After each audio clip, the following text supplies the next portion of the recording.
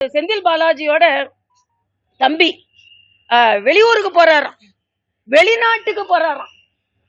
செந்தில் பாலாஜி தம்பிக்கு இங்கே சிகிச்சையில அவருக்கு நம்பிக்கை இல்லை.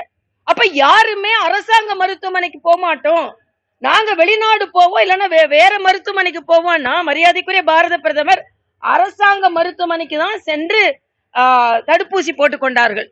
ஆனா இங்க முதலமைச்சர் அவர்கள் தனியார் மருத்துவமனைக்கு தான் சென்று ஊசி போட்டுக் கொண்டார்கள். ஆக மக்களுக்கு கொடுப்பதைத்தானே நாம் எடுத்துக்கொள்ள வேண்டும். இது நீங்க மக்களோடு மக்களா இருக்கிற நீங்க சொல்றதுனால இந்த கருத்தை சொல்றேன், இல்லைன்னா இந்த கருத்தை சொல்ல எனக்கு விருப்பம் இல்லை.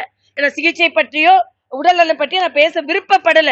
ஆனா உங்களுடன் ஸ்டாலின் என்று சொல்லும் பொழுது மக்களுக்கு எல்லாம் கொடுத்துட்டேன் என்பது மக்களுக்கும் அதே போன்ற சிகிச்சை கிடைத்திருக்க வேண்டும் என்பதை ஆதங்கத்தை மக்களுக்காக நான் இங்கே பதிவு செய்கிறேன். அதே மாதிரி இன்னைக்கு மரியாதைக்குரிய நமது சுகாதாரத்துறை அமைச்சர் திருட்டெல்லாம் இல்ல, கிட்னி திருட்டெல்லாம் இல்ல, அது ஒரு முறைகேடு. நான் கேட்கிற ஒருத்தர் திருட நம்ம வீட்டுக்கு வந்துட்டா திருடெல்லாம் இல்ல, ஏதோ கொஞ்சம் எடுத்துட்டு போயிட்டான் அப்படின்னு சொல்லுவோமா? எவ்வளவு பெரிய பிரச்சனை நடந்து கொண்டு இருக்கிறது.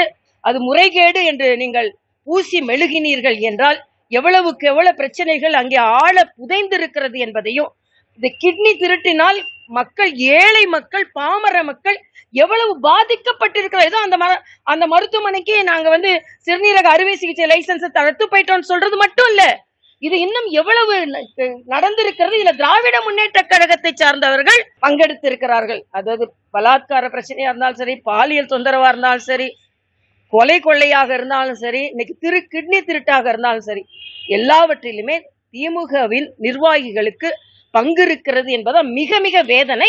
அப்படி இருக்கும் போதுதான் அந்த இன்வெஸ்டிகேஷன் தான் இல்லாம அப்படி மூடி மறைக்கப்படும்.